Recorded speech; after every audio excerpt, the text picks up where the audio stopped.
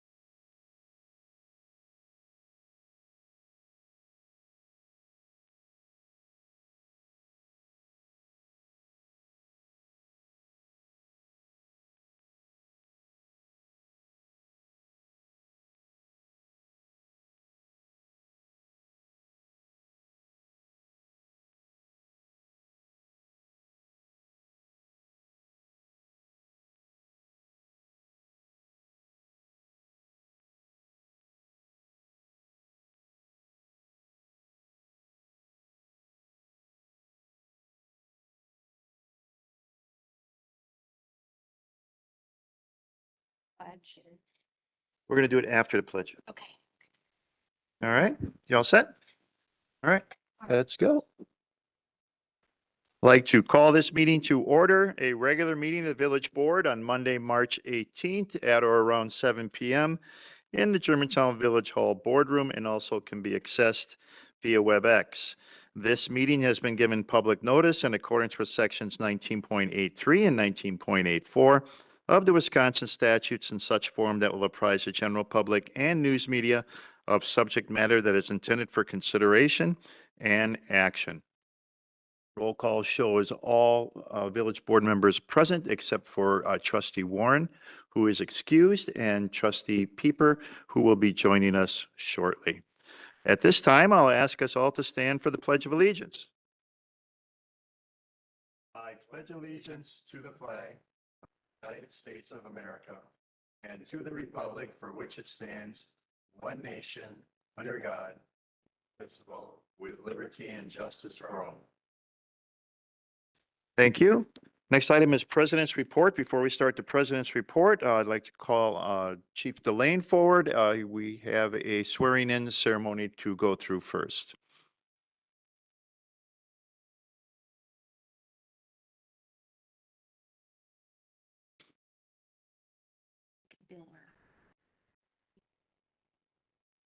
Okay. We're swearing in Derek Biller, and he is a firefighter in EMT, correct? So Derek, can you pronounce your name spelling, please? Derek Beeler. Oh, D-E-R-E-K. Our last name Beeler, B-L-E-R. Anyone wants to take pictures? Am I far enough out of it for you? They want you in it.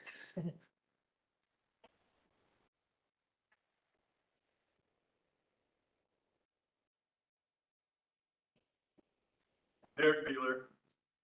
Raymond Howard, firefighter, paramedic with the Town Fire Department, and have entered upon the duties thereof. Do you swear or affirm that you will support the Constitution of the United States, Constitution of the State of Wisconsin, and that you will faithfully discharge the duties of said office to the best of your ability, so help you God? So help you God. I do. Okay, perfect. And then I'm going to have you sign off on this. Yeah. Congratulations.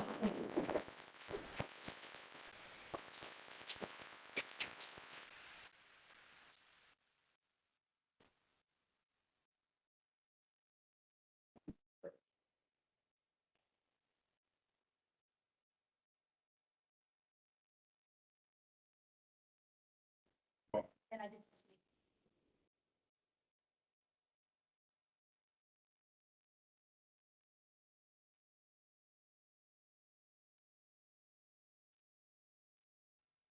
Thank you. Congratulations. Thank you.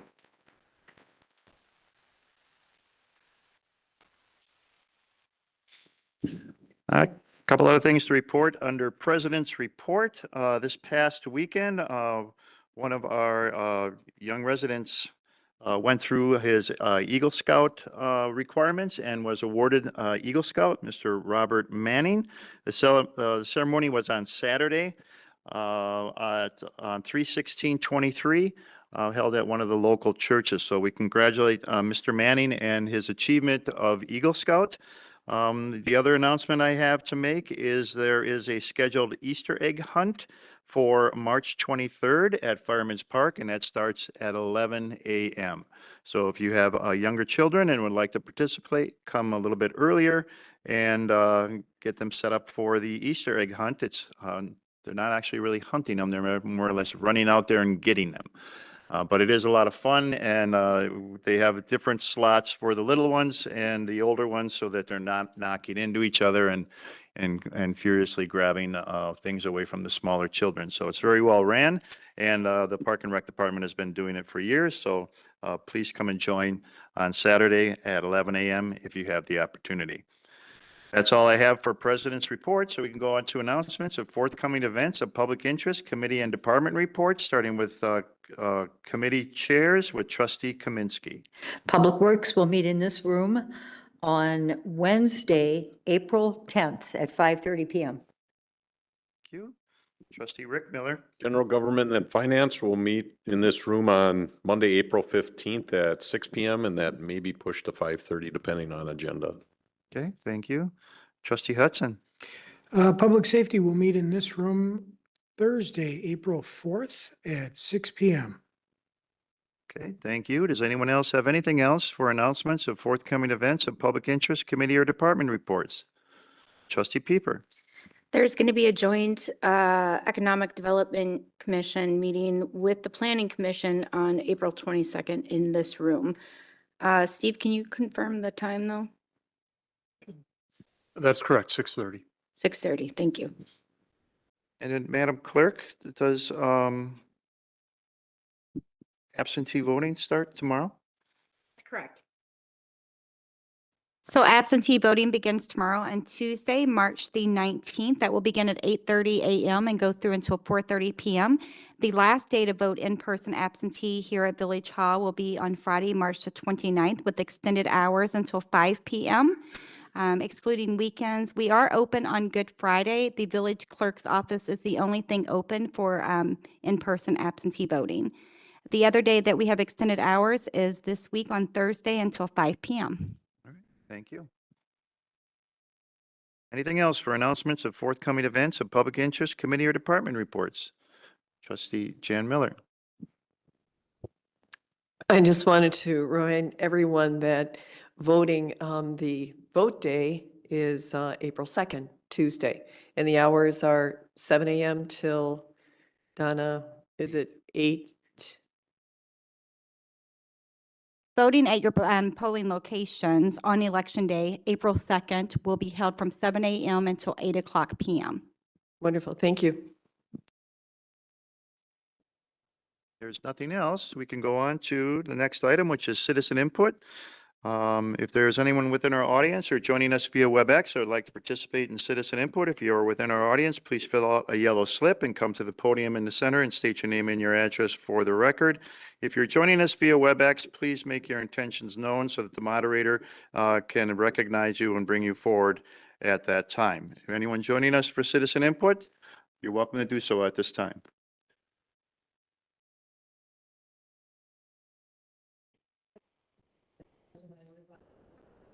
You just push the button at the bottom there. Yeah, all right. Almost, a little bit more, harder maybe. Not yet. Melanie, can you give her a hand, please? Melanie's very good at it. Oh, Thank you. okay, now I hear it. Okay, wrong button.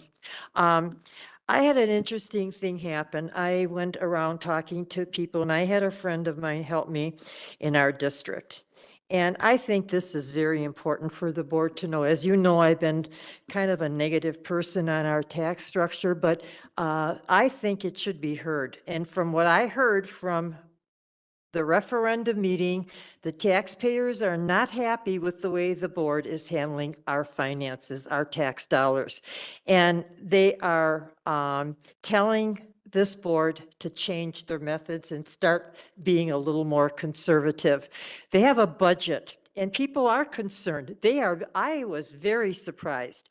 They don't want a 600 unit project being built, apartment building. That is adamant. They are totally against that. Mostly everybody I talk to, they don't know where you're coming from. That's what they said. They say this is ridiculous. And they don't need a trail near Holy Hill either to add more money. They're worried about their taxes and the effects of what all this stuff is going to be. And putting tax revenues on our water bill, a lot of people, in fact, almost all of them did not know they had a tax raise of 68%. They did not know this. And I noticed my bill when I got to spend almost $190 a quarter. The last quarter was $161. My accountant told me, he says, what are you doing? Bringing your own water in from somewhere? I said, no, that's my bill. And I have 4 of those a year. And it's very high. People are complaining about that. And I feel the board should stop a lot of future development. The board's not a developer. They should have developers coming to you and paying for everything they want to do to put a building up or a project up, we shouldn't have to pay anything. My dad bought a ton of land in Arizona, and developers came to him, and the city had nothing to do with it, and he negotiated with them. They paid for everything, the water, whatever had to be done in that state, in that city to be done, they paid for it. And I don't know why we're always negotiating with developers. If they want to build something, let them pay for it. And this is what the people are saying. And they feel the board needs to stop all future development because to a point, because it's not their job to be developers. And they feel we're heading for a financial issue. Almost 8% now of certain areas in this country are foreclosing homes. That's a lot. And this economy is not very good. I don't care what anybody's saying, it isn't. And the taxpayers have not been fully informed. I never knew I was getting a huge increase on my water bill. I never knew all that. Am I done now or what? And the taxpayers say their board is going to tax them out of living here. They're very upset. I want you to know that. This is what I heard. I was afraid to go to the next person and talk to them because they are upset. They feel they aren't going to be afford to live here anymore.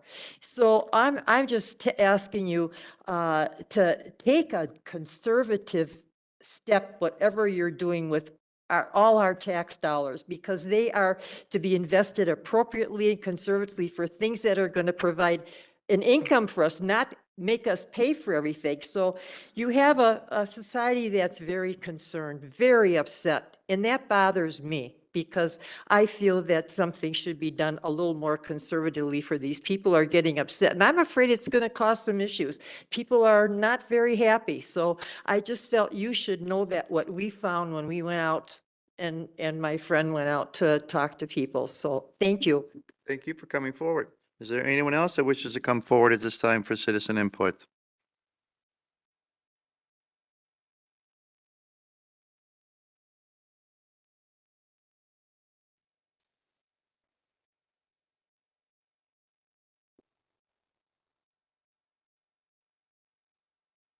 Hi, Sarah Larson.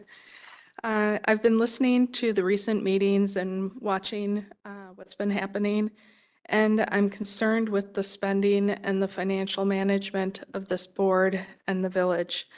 I fully support the police and fire referendum. We definitely have a need, but I encourage you to do a deep dive on the request for the new public safety complex. Clearly, there are concerns with the old DPW property, and so to spend a lot of time and money investigating what can be done there, I think that's kind of a futile effort. You need to be creative, and I propose you consider moving the library and then renovate that for the remainder of the public safety building needs. I believe when the library was built, it was intended to be able to expand and have a second floor put on it. And there is a lot of infrastructure that comes with the police department that to move that and duplicate some of that is going to be really more costly than what the village can handle at this point. The library, it's easy to move. That is much easier to move than the police infrastructure. And a possible location would be the corner of Maple and Mequon Road. There's that bank building. It has a property that is sufficient where if that building needed additional space, an addition there would be easy. It's centrally located and probably a lot less costly than trying to build a whole new building to accommodate public safety. Again, I support the police and fire, but there was quite the zealous drive on the DPW new property. And so now, unfortunately, I think we need to have a significant compromise when it comes to the public safety building. Thank you. Thank you for coming forward. Is there anyone else that wishes to come forward at this time for citizen input?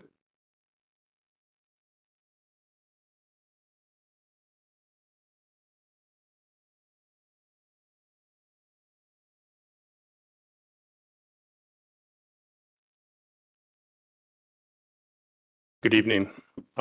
Mike Raff Wallner, my address West 164 North 11050 Kingsway. We've been in the village a few years now, and we were shocked that our water bill jumped up 68% when we first moved in. After the reading the reasons why the increases were necessary, I can't believe the total ineptness of this village to not allow an increase in the water rates for 10 years and all the things on the laundry list of that had to be done. So it just seems like a total mismanagement of the water system and the board to allow that to have gone on for such a long time. And then in turn to start selling water to Richfield and under the guise of it may bring us more added income. I was also a water commissioner in my previous community, and incremental increases every 2 to 3 years are something homeowners can handle, but the 68% increase is just out of line. As a former paid-on-call firefighter and EMT, I fully support the police, fire, and EMS personnel and other services they provide. Now the village wants to increase our taxes to fund more police and fire. We are totally on board with this. However, only if all the tax-paying residents are paying the same increase and not based on property value. There's no data that has been provided to show that village residents with greater property value will use fire, police, and EMS any more than somebody with a lesser property value. Being that we would expect to pay more than most, would we be entitled to better, faster service? From what I understand, police and fire services have been needed increases for some time, and it does not appear that the village management is in tune with smaller increases over time versus waiting until the large need is needed and shoving abnormally high increases down the taxpayer's throat. In the short 3 years of being here, I think the village government appears to be a reactionary government as opposed to a proactive government. Thank you. Thank you for coming forward. Is there anyone else that wishes to come forward at this time for citizen input?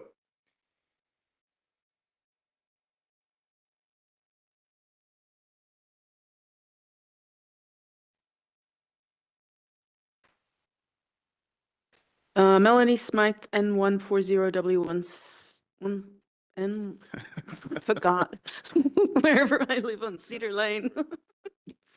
I wrote it down.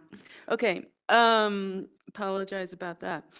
I really like the fact that the Director of Planning's picture of himself is Buzz Lightyear, infinity and beyond. I mean, it's so appropriate based on what's happening in the village. But I do have to correct myself from the referendum information session. We got into kind of a discussion with Administrator Krecklow a little bit in the scheme of things. And you're correct about the 3.6 million. I forgot that. And I think it goes to show how complicated all of this is. So I do appreciate all the explainers that you do with the various parts of budget, the debt, all of those different things. I think that's really important. I'm glad to see that those things continue to be on your goals, because we need better understanding about where our taxes are going and how they're being used and what to expect in the future. We talk a lot about the past, but we don't look into the future. So I did take a look at the goals that were presented as part of the packet. And some of the things on the core competencies that stood out to me were that part of your job is to improve service delivery, reflect the values of the community, which is us, and that you do it in a manner that instills public trust and accomplishes the village's mission. So I see what's missing in here, and what's missing partly is putting the residents first. I mean, we have a lot of things in here, like, turn the page. Getting the annual report done by June 30th with the ACFR. Now, that is important, but it doesn't directly affect a day-to-day person's life unless it's well managed. One thing I do disagree with about this goal is that for you to complete this by June 30th, that to me meets expectations. That's a 3, that's not a 5. For you to be outstanding, that should be done by April. And if you were to exceed expectations, the audit and the ACFR should be done by May. So I disagree totally with the scoring and the level of what that would look like. let's see, talked about the explainers. And some of the other things that I think that are missing from the goals are more on transparency of the way the meetings are put in schedule. There's a certain amount of short circuiting that happens when we stack agenda items in the same day, and there's not enough time for people to really, the committees to really delve into things, have some thinking time to go away, ask questions, and come back after doing research. I don't have much left.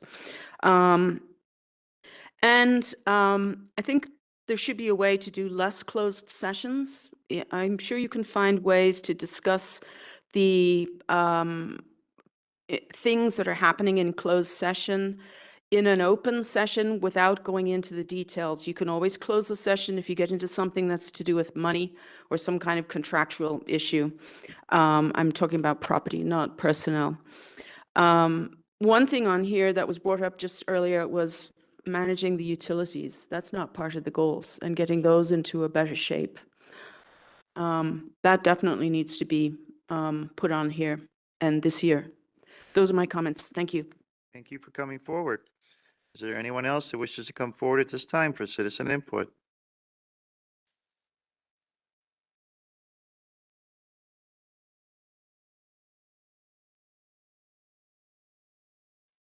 I think everybody knows who I am, but I'll still say it. Scott Heffley, W159N10514, Old Farm Road, Germantown. Comment and then a couple things. This is me, and I always speak my mind, as you probably know. I feel at this village, with this village board and even the staff, that we kind of have a conundrum. And I know you know what it is. You're smart people. And I hear it from people all the time. I have clients and friends in the village throughout the entire village, not just in the southern half, way up in Dinesville area, all over the village. And why isn't there a bunch of people here? They don't feel welcome here. They don't feel like this board cares what they think. And, you know, some of that is on them and some of that is on the board. I don't think we've been very welcoming to people. I've said it all the time, you know, developers are treated with kid gloves, and people come and try to do things. We run them through a ringer. We need to get better at that. And that's honesty. So, you know, when we have somebody, you know, we have people in the village that send in comments. They want them read at the meetings. Well, we stopped doing that. President Walter was doing that for a long time. Now he's not doing that anymore. And you know what? He doesn't have to do that. He doesn't have to. But I think you should, to send a message to the people in this community whom you represent, that you do care and their comments do matter. Some of these people are unable to come to meetings, okay? So tell me what they're supposed to do. It can't be me. I can't read, you know, 10 sets of comments, right? I won't get time for that. But tell me what they should do. You represent 21,000 people. What should they do? And I feel like if a couple of them send in something, we should take the time to read it in. Why not? It's not like we're going to be here an extra hour because we're reading in 3 people's comments. So I have a personal problem with that, and I keep hearing more and more that they have a problem with it, meaning the people you represent. So that could change. It's up to you to let that change. It's up to you guys, whether that happens or not. Okay? Now the point that's probably going to irritate some people here. The whole Grosnick property you're going into closed session on is a complete disaster. You know it, I know it, and people in the village are finding it out. You may disagree with me. I see President Walter laughing at my comment. That's fine. You have contaminated soil, you have wetlands, you have a storm easement running down the middle of the property, and Mr. Grosnick was trying to sell that property probably since you were young. Since you grew up here, he's been trying to sell that to anyone, any takers. Now, hold on. He's been trying to sell it, from my knowledge, for many, many years, and no one's bid on it. But now, of course, we're buying it. Why? You guys are not developers. You're not landowners. This is the village, okay? I don't know what plans you have. The people that live there don't even know what you're planning to do, the ones that live in that immediate area. So what are we doing up there, okay? Maybe, and we all have to guess like me, conjecture, because there's no information out there. It's all secret. So maybe we're looking for a Brownsfield designation to get a low interest revolving loan from the county to help us build next gen housing. I don't know. I hope Jolene knows, because she's interested in things like that. So we got to have neighborhood meetings. We've been asking for it. Melody's been asking for it. Other people asking for it for years. When are you going to be honest and discuss with the people in this village that you represent what we are doing with these different properties, what the vision is? When are we ever going to hear that? I'm still waiting, and I come to a lot of meetings, y'all know that. When is that gonna happen? We'll keep asking. It's up to you to decide if that's ever gonna happen. And I don't mean Grafe comes in and does all your job for you. I mean this village with these gentlemen running something so people can come and voice their concerns. Thank you. Thank you for coming forward. Is there anyone else that wishes to come forward at this time for citizen input? Anyone on WebEx? Check. Right. If there's no one else wishing to come forward, we could go to consent agenda. Board? I'll make a motion to approve consent agenda items A through O. Second. Motion made and seconded to approve consent agenda items A through O. Is there any discussion on that motion to approve? Trustee Jan Miller. Yes, I'd like to pull item D as in David, M as in Mary, O as in Oscar. Okay. For discussion. No further discussion, then we'll approve consent agenda items A through O minus D, M, and O. Roll call vote, please. Trustee Nyrider? Aye. Trustee Baum? Aye. Trustee Jan Miller? Aye. Trustee Phil Hudson? Aye. Trustee Jolene Pieper? Aye. Trustee Rick Miller? Aye. Trustee Kaminsky? President Walter? Aye. Trustee Jan Miller, item D. Yes, thank you. I would like a little bit more information about this 2024 articulating wheel loader from Fabricat of Milwaukee for an amount not to exceed $119,100. And the purpose of it and what the current inventory of this type of equipment is. It specifically says in the outline, I'm just kind of prefacing. It specifically says that this is for parks or it's out of their budget. So is it specifically used for the parks? I want to understand. Otherwise, to me, it looks like a $93,000 stump grinder. No, this would actually be able to be used in other areas like highway as well. That's one of the reasons that it was selected. It's replacing a 24-year-old skid steer, and the Highway and Parks and Buildings Group did an evaluation of the different types of equipment that could be available to replace it. And this was selected, one, because it was a little more versatile and could be used in different applications. And two, it still has the benefit of all the attachments and things that went along with the existing skid steer. So do you have any other wheel loaders in your repertoire? This is a small one. There's larger wheel loaders that do like salt and that sort of thing, but this is smaller and intended to move around, work in parks, work on the road if need be. Nothing exactly like this, no. How many other wheel loaders do you have? The big ones? I believe 3. And what is the advantage of having the little one? Just that it's more versatile. You can actually like put it on a trailer, move it around, take it to parks, take it out on road projects. That's the reason it was selected. Yeah. Do you have to have it this year? Well, it was budgeted this year, so we proceeded with getting quotes. We kind of focused in on this CAT 906 product and got quotes from 3 different CAT dealerships. It came in under the budget, so we're attempting to continue with the purchase tonight. Okay. Thank you. Motion? Motion? No, approve item D. Motion made and second to approve consent agenda item D. Any discussion on the motion to approve? No discussion? Roll call vote, please. Trustee Nyrider? Aye. Trustee Baum, Aye. trustee Jay Miller, Aye. trustee Hetzon, Aye. trustee Pieper, Aye. trustee Rick Miller, Aye. trustee Kaminsky, President Walter, Aye.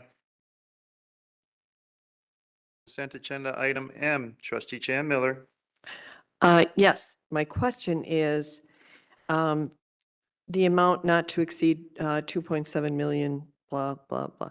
Was this, was this money borrowed or out of a fund or in TID 9? Where is this coming from? Please. Steve can correct me if I'm wrong, but I believe the funding is coming out of TID 9.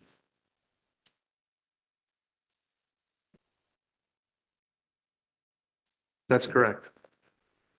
So you're confirming it's coming out of TID 9? So this has been appropriated? And bonds were issued for this last year. Right. So was that the 3.4 million or something like that? Wasn't it more than the 2.7? But for the entire Deal. TID and the infrastructure, this is only a Uh, portion of it. Uh, Only a portion. Oh, If it's, if you're looking at the notes, the construction estimate was No. 3.4 million. right. So if that's the number you saw, Well, that was that's what the consultant estimated the project would cost. And it actually came in fairly well under that at 2.7. That's great. So that was a good result. Right.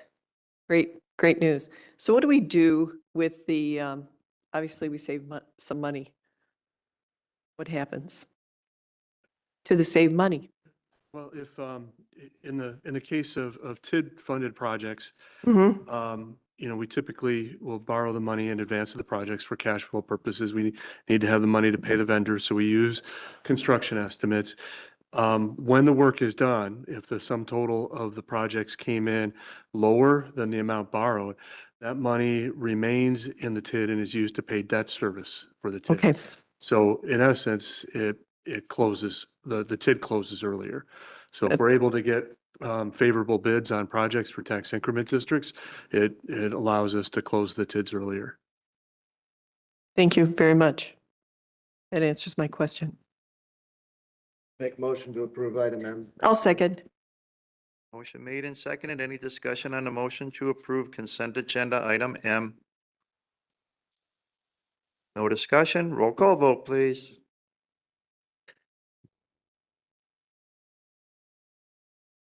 just want to confirm, trustee Baum, you made that motion to approve, seconded by trustee Jan Miller? Correct. Thank you. Roll call vote, trustee Nyrider, Aye. trustee Baum, trustee Jan Miller, Aye.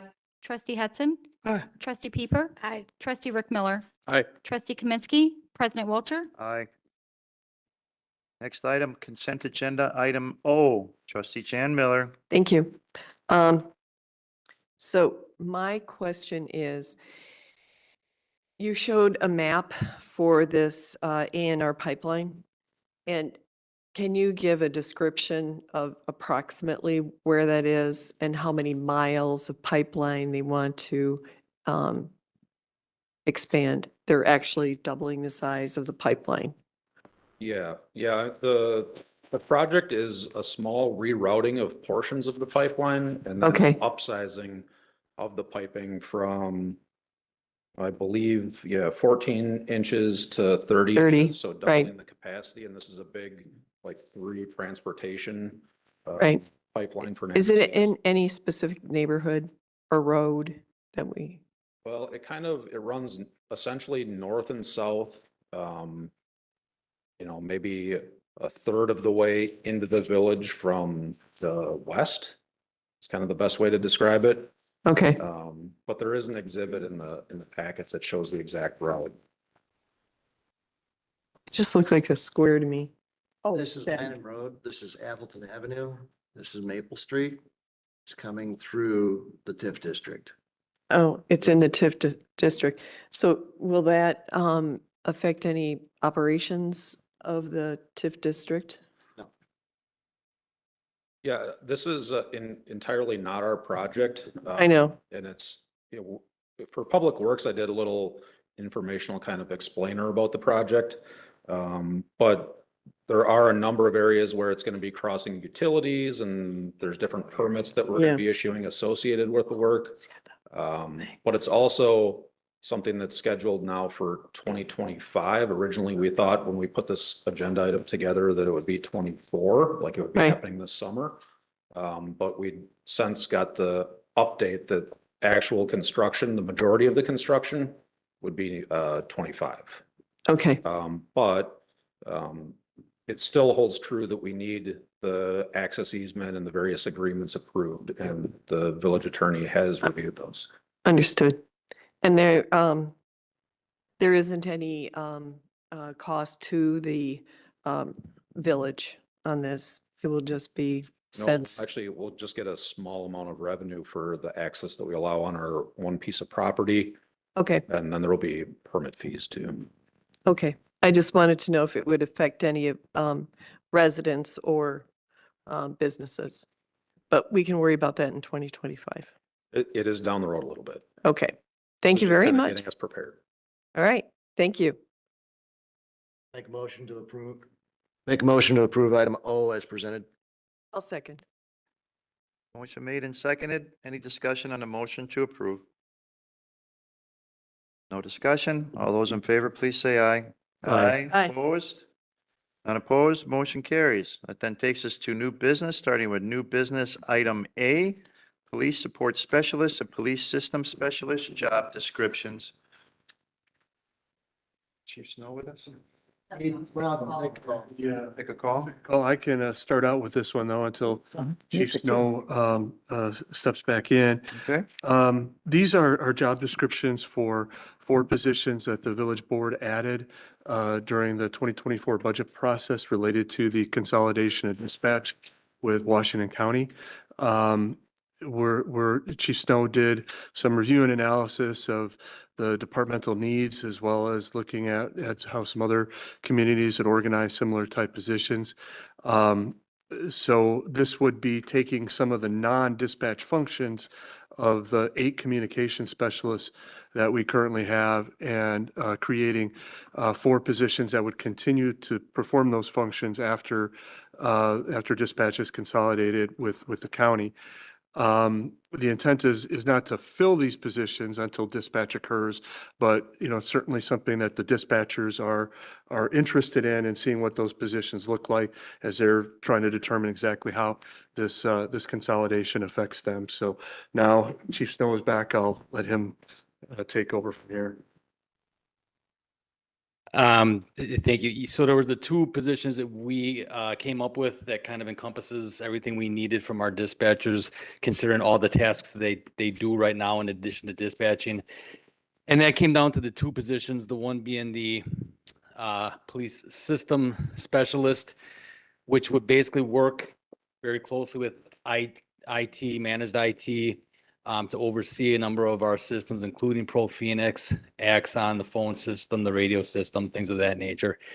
It's going to be a huge asset for us to have someone from the civilian side able to take that over and free up some of our sworn personnel from those duties. The other position, the support service specialist, if you recall, one of my goals starting out was to gain accreditation through Wisconsin Law Enforcement Accreditation Group. This person would be an accreditation manager to oversee that process, which is a very time-consuming process and pretty close to a full-time position in and of itself. They would also have the extra duty of being the court officer, being the liaison with Mid-Moraine Municipal Court, setting up court schedules and things of that nature.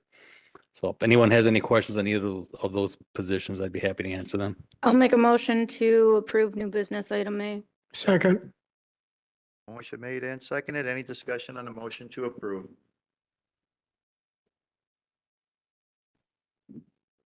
No discussion. This came through GGF tonight. It Trustee did Lewis? with a unanimous positive recommendation. Thank you. And if I could just add, it also was through public safety at their previous meeting, which is why we went to GGF and village board tonight, because it had been previously discussed and agendized. Okay, thank you. Being that there's no funding to this Village Attorney, this can go just on a voice vote. All right, thank you. Any further discussion?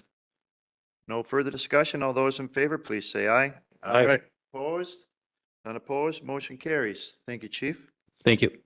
Next item under new business is item B, award of bid package number 4 for the Department of Works facility. More information, background on this, we'll have the Public Works Director. Matt.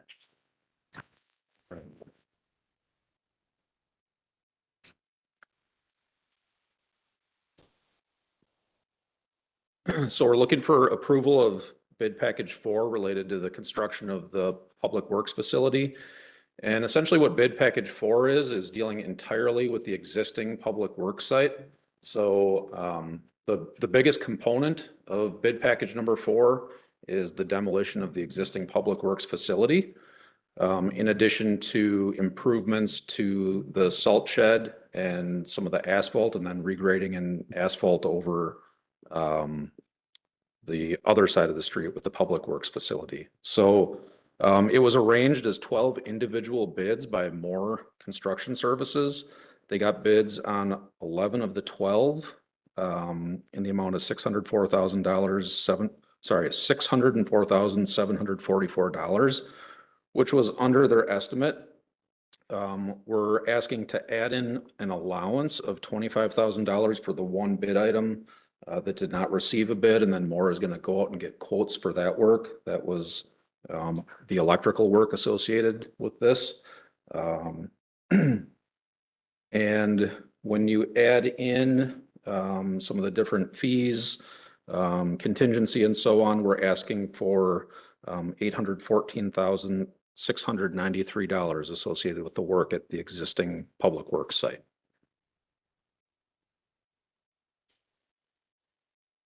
Questions? I'll make a motion to approve bid package number 4. Second. Motion made and seconded. Further discussion on the motion to approve.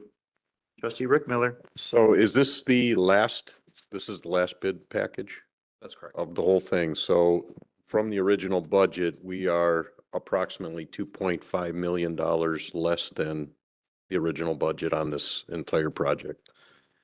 Yeah, so that's accurate. Right now, we're projecting the project to end up at about $38 million. All total, with the new construction at the new site and the demolition and restoration work that we're doing at the existing site. All right, thank you. Trustee Chan Miller. Was this demolition and reconstruction or whatever we have to do, was this always in the bid package? I mean, because we were talking about the new DPW site. I just don't remember. Was it originally in it? Yeah, I believe it's always been part of the scope of this project. That's obviously before I got here, but my understanding, this has been factored in, Okay. from the conception of the project.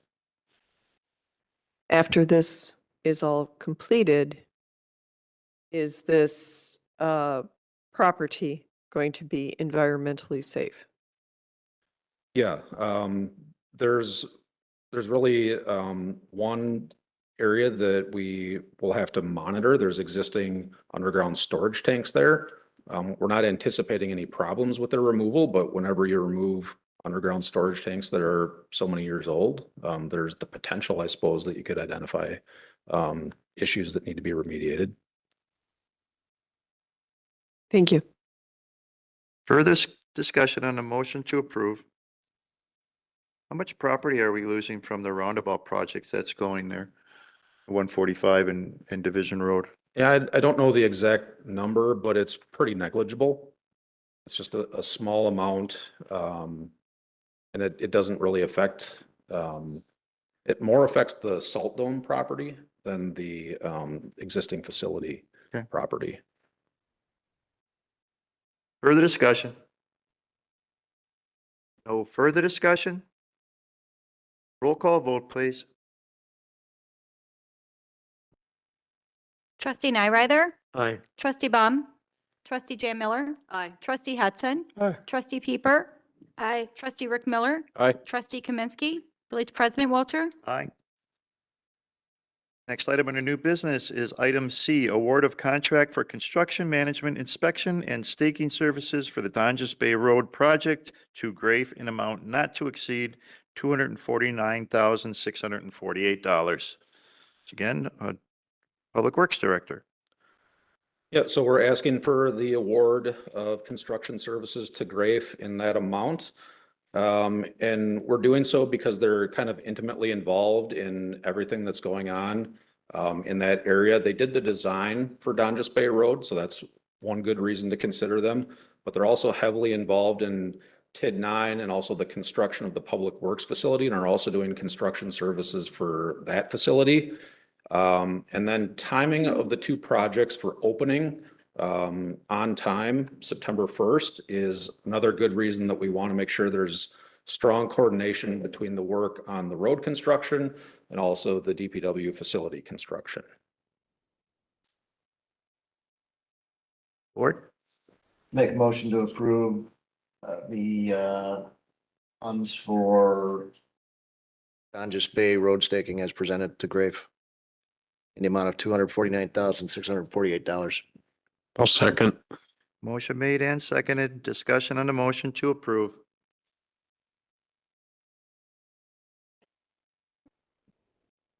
No discussion? Roll call vote, please. Trustee Nyrider, Aye. trustee Baum, trustee Jan Miller, Aye. trustee Hudson, Aye. trustee Pieper, No. trustee Rick Miller, Aye. trustee Kaminsky, village president Wilcher. Aye. Next item under new business is item D, award of contract for the 2024 annual road program to Wolf Paving Company, Inc. of Heartland, Wisconsin, in an amount not to exceed $1,274,082. Public Works Director. So thank you for considering this tonight. It was approved earlier this evening at a special Public Works meeting. What that does for us, and the quick timeline, basically saves us a month on the calendar by getting the award tonight and Public Works done first. We don't have to wait for the Public Works and then the second meeting next month. So we'll be able to get a little bit of a head start, which I think is good. The bids came in very favorably and very close together. We had 3 bidders on the project. The bid amount was about $1.1 million. And with the contingency, we're asking for the 1.274. It deals with roads in the Glenwood subdivision, in Willow Creek Heights, Hilbert Lane, and then it also has funding for addressing driveway adjustments in Country Bell Manor. Make a motion to approve the award of contracts for the 2024 annual road program as presented. Second. Motion made and seconded. Discussion on the motion to approve. Trustee Pieper. Driveway adjustments where? Country Bell Manor. Country Bell Manor. If I may, this is an issue that came up last fall. There was a subdivision that we repaved. As part of the repaving, and there's a long history behind it, but some of the driveway aprons had been constructed in concrete by the residents. As part of the paving project, they were ground down and covered with asphalt. There were some objections from some of the residents. We had several discussions with the Public Works and Highway Committee. And what the compromise was, is that if residents wanted to restore their driveway aprons back to concrete, that the village would pay half of that cost. In this case, there were some things the village could have done better. I think there were some things that the residents or the original developers could have done differently, but I think this was a good compromise, and it was funded as part of the program. Okay.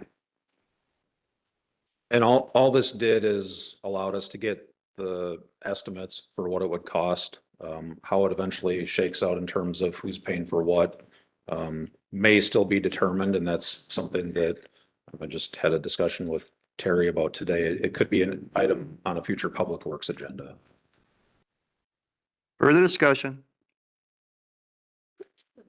I have a question. This is for part of a capital borrowing for roads, or it's not part of the general fund? This is borrowing. Right. So what if something gets changed to where the borrowing for roads is lessened?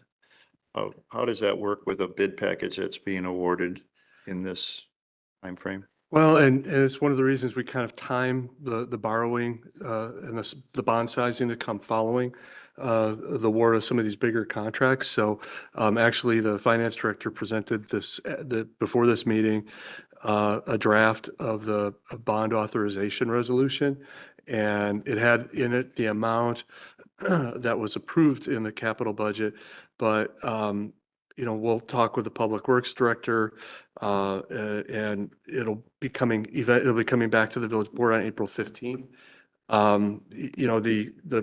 The board can either accelerate some of the other projects and use the total amount that was authorized in the budget, or you can reduce the amount that we borrow for when we size the bond issuance on April 15th. Further discussion? No further discussion? Roll call vote, please. Trustee Nyrider? Aye. Trustee Baum? Aye. Trustee Jay Miller? Aye. Trustee Hudson? Aye. Trustee Peeper? Trustee Rick Miller? Aye. Trustee Kaminsky? Village President Walter? Aye. Next item on the agenda is item E, presentation on Village of Germantown property tax burden. There's more information, and to conduct the presentation, we'll turn the meeting over to our village administrator, Steve Krecklow. Steve. All right, thank you. And this is just another one of we're trying to present more information, especially on village board meetings where our agendas maybe aren't quite as in-depth on some of the topics that may be of interest to Germantown residents. And in this case, there's been, some comments and discussion, questions about property tax burden in Germantown. So we put together some explanations of how property taxes work here, and then some data that goes back and shows the history, and then some comparisons with other communities. So first of all, oops, I should change it up here, right?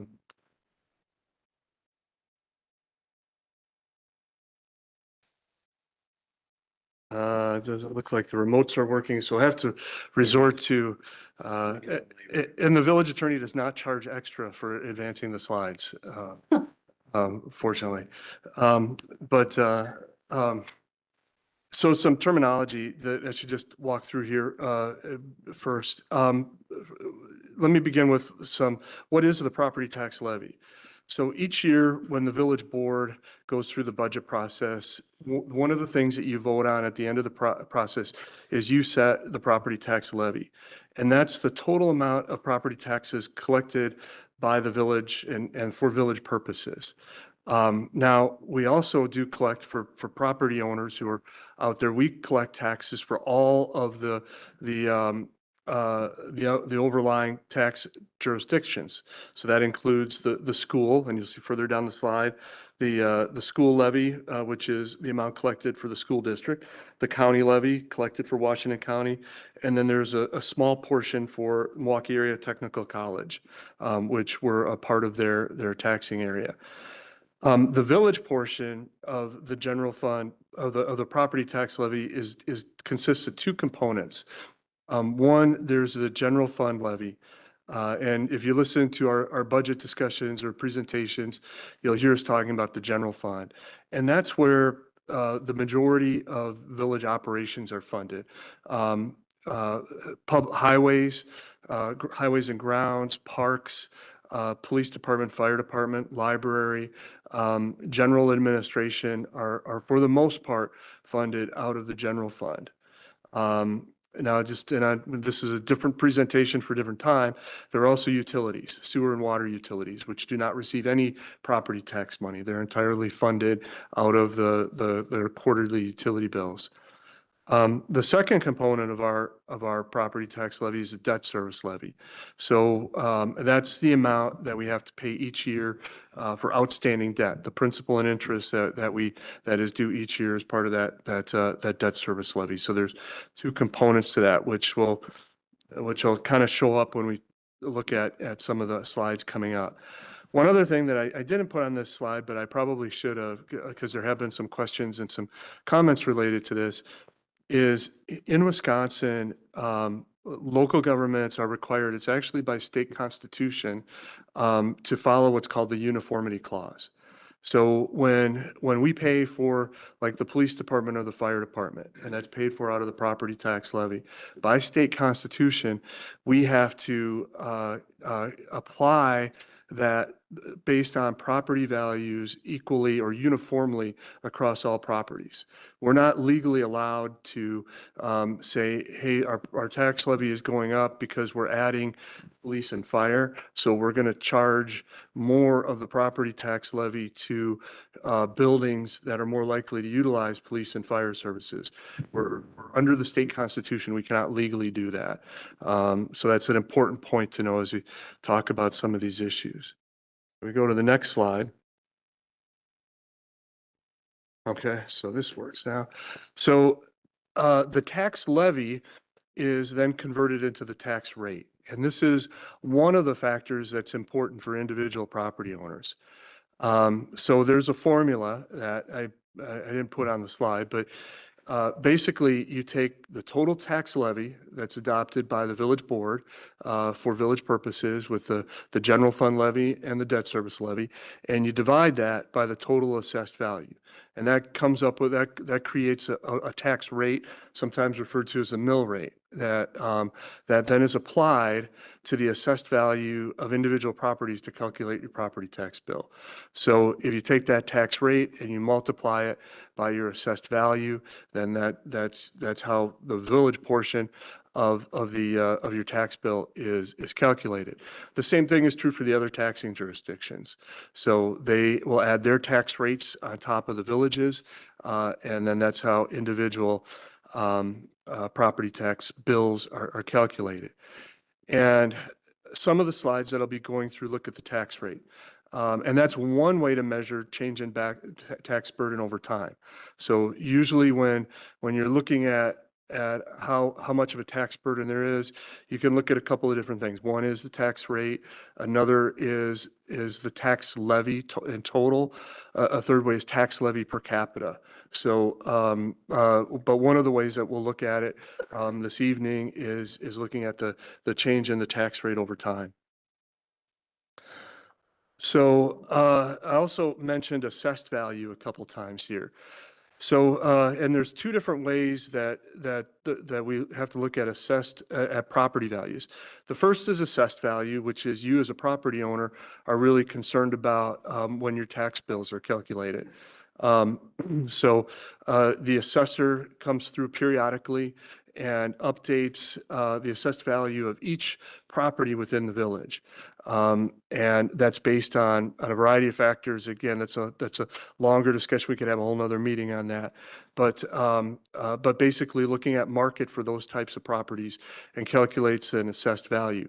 But that's not done every year. It's only done every few years. And there's drift between the assessed value and the market value.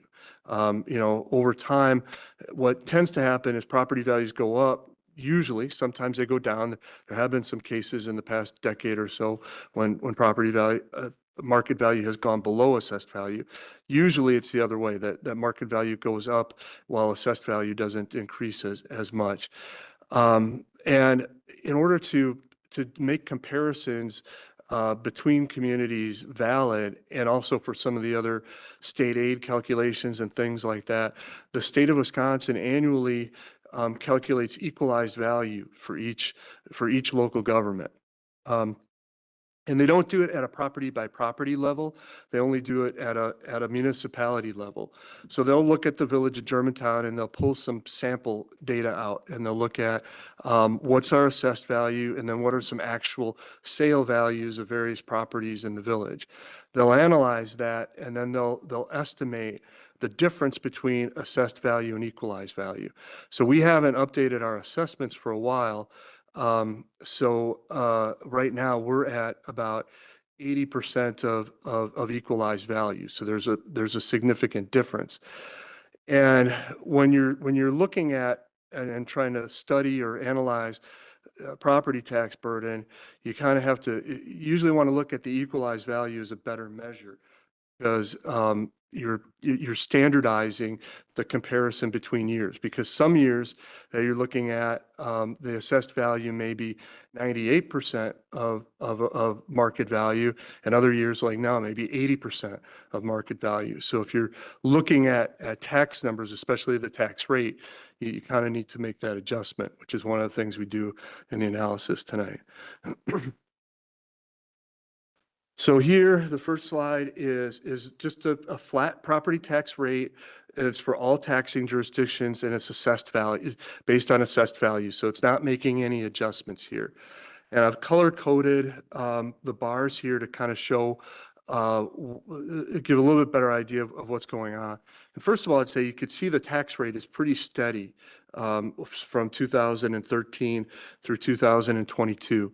And those are the years that the bills were sent. So 2022 is actually for the 2023 budget. So it's just a year behind. At the bottom of the bar graphs, you see the darker blue, and that's the village general fund.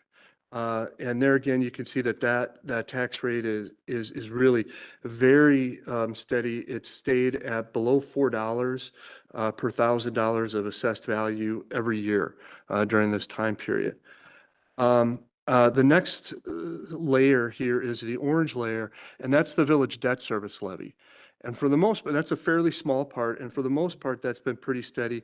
The biggest area of change is if you look on the last bar, you can see that was, there was a bit of an increase that went up there. And that was where we see the debt service costs for the new DPW building. The village borrowed more money than we typically do to fund the new DPW building. And the debt service levy went up related to that. The section in the middle that's gray, which is the largest area, that's the Germantown School District. And there you can see that it's been fairly steady. The one area that kind of is an outlier is 2018, where you see the school district levy going up. And I didn't dig into the weeds on that, but I'm guessing that's related to the referendum that was passed. So you probably saw an increase in your property tax bill that you got in December of 2018 from the referendum. And then at the top in the green, you have Washington County, which has been pretty steady. And the light blue is MATC, which again has been pretty constant, maybe slightly declining over the past 10 years. And then if your eyesight's better than mine, you might be able to see on 2013, 14, and 15, there's a very small sliver of light green. The state of Wisconsin actually used to collect a small property tax for forestry purposes, and they stopped doing that a few years ago and shifted that over to their general purposes budget.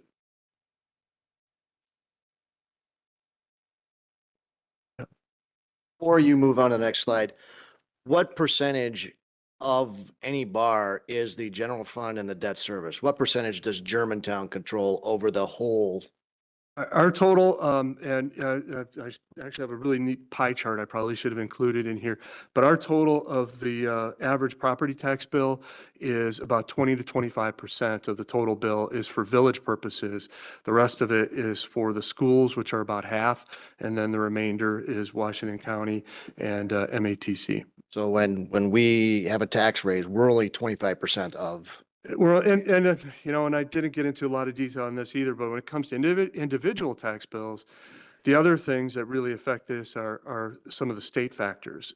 The state school tax credit, the state lottery credit, which change every year and also can affect what people see on their individual property tax bills. And we really have very little insight into what goes on with those. But it can you know have a noticeable impact on an individual property tax bill. So next we look at the tax rate here, and this is looking at equalized value. So this is kind of, you know, normalizing the tax rate to take out of, out of consideration how close or how far we are off of off of market value, how the gap between assessed value and market value. And if you look at it that way, there's been, again, I think it's pretty steady, but there's been, a slight decline in the tax rate from a little over $20 per thousand in assessed value on an equalized basis to just slightly over $15 per thousand of assessed value in 2022. So I'll go back to that. Now, some people might say, well, the tax rate is fine, but what about the tax levy? And I guess before I leave this slide, one of the things I make, and I'm a local government person, and I know sometimes folks, don't want to necessarily look at the tax rate in perspective, but this would be equivalent, for income taxes and for sales taxes. If the state government, for example, had been lowering the income tax rate by 25% from 2013 to 2022, and lowering the sales tax rate by 25% from 2013 to 2022. People don't notice it as much because most people use withholding for their income taxes, so it gets paid a little bit at a time, and the sales tax is really invisible. But those rates rarely go down, whereas property tax rates are for municipalities, Germantown and most municipalities across the state are going down consistently. So this is looking just at the raw property tax levy numbers. And here you can see that there is an increase that's occurred. From 2013, we were at a little over $11 million, and now we're a little bit under $16 million. And that is over a 9-year period, a total of 46% increase, or an average of not quite 5% per year.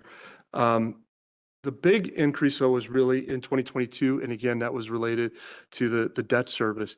If you take out that year and just look at what is typical for the Village of Germantown, the property tax levy typically goes up about 2.7% per year in the Village of Germantown. That's the average that it was from 2013 through 2021. And then this is one of the final slides here. There was some conversation at our last meeting, and there was an article that was reviewed or shared. A publication recently identified the Village of Germantown as one of the 13 best places to live in the state of Wisconsin. And I went on the Wisconsin Policy Forum website, and they have a database that shows taxes for all of the villages and cities in the state of Wisconsin. And I looked at the 13, including Germantown, that were listed as the best communities to live in. And you can see that we were the fifth lowest out of all of them, and below average. We were at about $750 per capita. The cheapest was Cottage Grove at about $590 per capita, and the most expensive was Wauwatosa at slightly over $1,000 per capita. So just some conclusions here. The tax rate for the Village of Germantown and for the Village of Germantown alone, and for the combined tax rate for all the taxing jurisdictions, is lower today than it was 10 years ago. Our levy has increased by, actually, stated that it was 43% over the past 10 years. But again, the biggest increase of that, the biggest component of that was 2022 related to the DPW building. If you take that out, the average increase was 2.69% actually. And again, our tax burden is below average for the other communities that were included in the 13 best places to live in Wisconsin. So that concludes the presentation. I'd be happy to answer any other questions the board might have. Board, questions? Comments? Comment. This is great. I really like this. I think we should make this accessible online for people to download and show their neighbors and things. I think that would be really smart. nice colorful charts and people can see what our tax burden is of our neighbors as well. We can do that. Trustee Hudson. Yeah, one of the remarkable things that I heard from, I think it was last Wednesday night, was what percent of our budget goes to public safety, please? It's about 50% of our general fund budget goes to public safety. So really of the 25%, there's only 12.5% that's left on your tax bill for us to manipulate. That goes to everything else. That's correct. Thank you. Any other questions? Thank you, Steve, for putting this together. Appreciate the information, and I appreciate the visual slides as well. So nice presentation. Thank you. Next item under new business is item F, Village Administrator 2024 Performance Review Standards.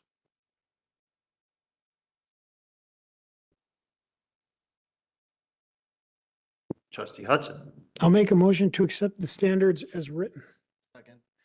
Motion made and seconded. Any discussion on the motion to approve?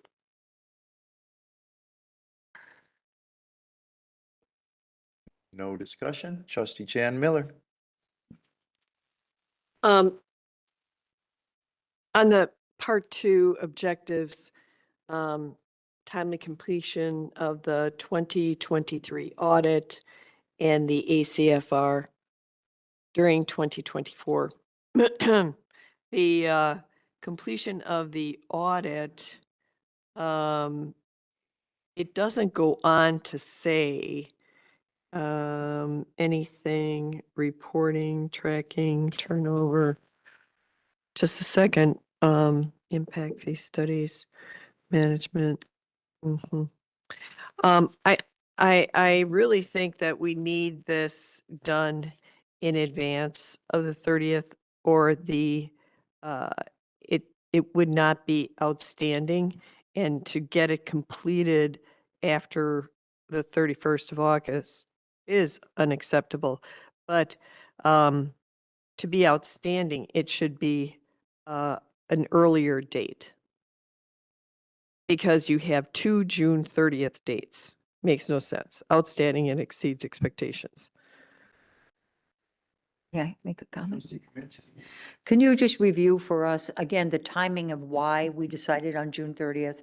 Because I don't recall it and I don't want to misspeak. Well, there are a lot of factors that go into the completion of the audit and the annual comprehensive financial report. And from a timeline perspective, it may be possible at some time in the future to complete the process in May or April. There may be some things, efficiencies and some time savings that we can get out of Tyler Munis. It is possible, but at the current time, first of all, one of the first steps in the completion of the audit and the ACFR is actually closing the prior fiscal year. So it does take us, because of the payables process is many of the invoices from 2023 still are processed manually. They're received by paper, they're routed through a manual process, they have to be manually entered into the system. And it can take our vendors sometimes several weeks after the end of the fiscal year to get those in. So just as an example, we did not close that component of our current financial system until towards the end of February. So we cannot start some of the close processes until the actual books are closed. There are other factors which extend out the timeline. One of them, and this has been something that has contributed to the difficulty in getting our ACFRs done earlier in the past, is getting lists of all of the changes in capital assets for the village. So we need to get from each one of the developers who had a project in the village a list of along with a description and a value of all of the infrastructure that they constructed in the village during 2023. And that's another area where there can be delays that come in. That has to be gathered. It has to be reviewed by DPW. It has to be then input into the system so that it can generate reports. And I could go on down. Well, the third thing I will mention is the schedule of our auditors, Baker Tilly. And they, like a lot of organizations have, have struggled with filling their vacancies. They don't have excess staff to try to meet a more aggressive timeline. The timeline that actually that you mentioned, Trustee Miller, that Matthew Usilding, our finance director, presented to the GGF committee, had them coming in and completing that process Yes. by June 30th. So, Before. we would have to go back to them if we wanted an earlier date than that and Yep. renegotiate their contract and see if they have staff availability in order to do that. So, Right. it's something in the long term, it might be possible to do that, but in 2024, I don't believe that it's possible to move that up before June 30th. Well, I think it's an ask, and I've said this several times in meetings before. If you need extra help to close the books, maybe we should hire temporary people and get them closed. Well, Funds. With what funds? Let's get back on track here, It's a timeline. And he's telling us that there are extenuating circumstances to move the timeline anytime closer. And I'm trying to get this budget and the information that we need for budgeting moved up so that we don't have to do the budgeting right up to November. We're talking about his performance evaluation though, and you're talking about budgets. It is If you have anything to the say own- regarding the performance evaluation? Yes, Maybe, I'm so saying, if you are opposed to the timeline, then say you're opposed to the timeline, but we really have to stay on topic. that's fine. I'm opposed to the timeline for the audit and ACFR. I think outstanding should be May 30th. Are you proposing a motion to change that, or are it's just a, for right now, it's just a discussion point Well, it's, I will make a motion to amend? to amend. And if you're going to be outstanding, completion of the audit and ACFR should be by May 30th with the GFOA certificate for ACFR. So your motion then is to change the June 30th date for outstanding to May 30th. Yes, and the GFOA certificate is something that, have we had that before? We have, the village. What year? I don't remember all of the years. I believe the most recent year that we had it was for the 2020 fiscal year. Okay. That's a great goal. If it's been 4 years, we need to get back on track for that. That would be great. So your motion to amend then is to change, just so the village clerk knows what your motion is to amend, is to change the date for outstanding from June 30th to May 30th. Or, yes, the score number 5 outstanding on that first performance and objective, Okay. or 2. Made to amend, do we have a second? Motion made to amend as stated, do we have a second? Motion fails for lack of a second. Back to the motion as originally stated. Further discussion? No further discussion?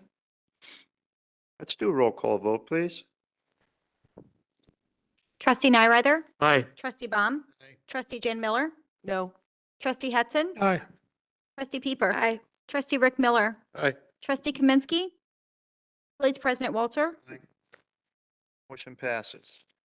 Next two items are for closed session for starting with item G, strategy concerning acquisition of properties in the Villages Village Center District in the general area of Mequon Road and Pilgrim Road. The village board may convene into closed session per Wisconsin State Statutes 19.85 subsection 1, subparagraph E, for the purpose of deliberating or negotiating the purchasing of public properties, the investing of public funds, or conducting other specified public businesses whenever competitive or bargaining reasons require a closed session, and then may reconvene into open session to take such action as it deems appropriate.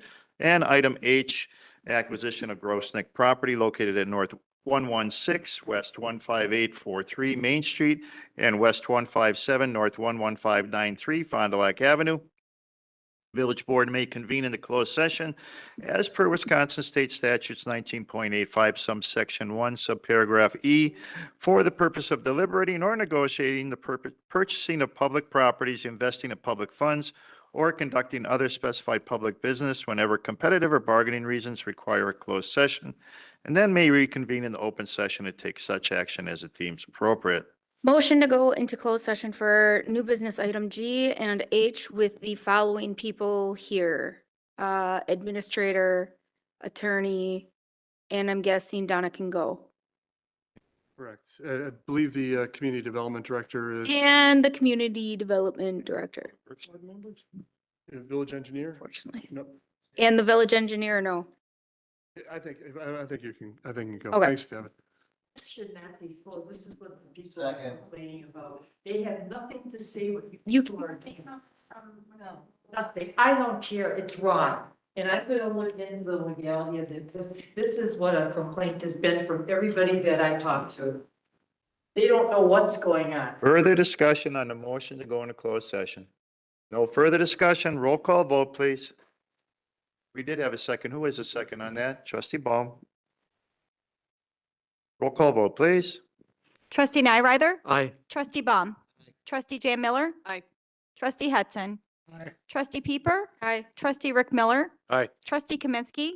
Village President Walter? Aye. Before we go into closed session, our next village board meeting will be on April 4th at 7 PM. Correct. All right, here at the Village Hall Boardroom. Because of voting that's happening on Tuesday, April 2nd. Thank you all for coming tonight, and thank you all for watching, and have a good night. Please turn off your microphones.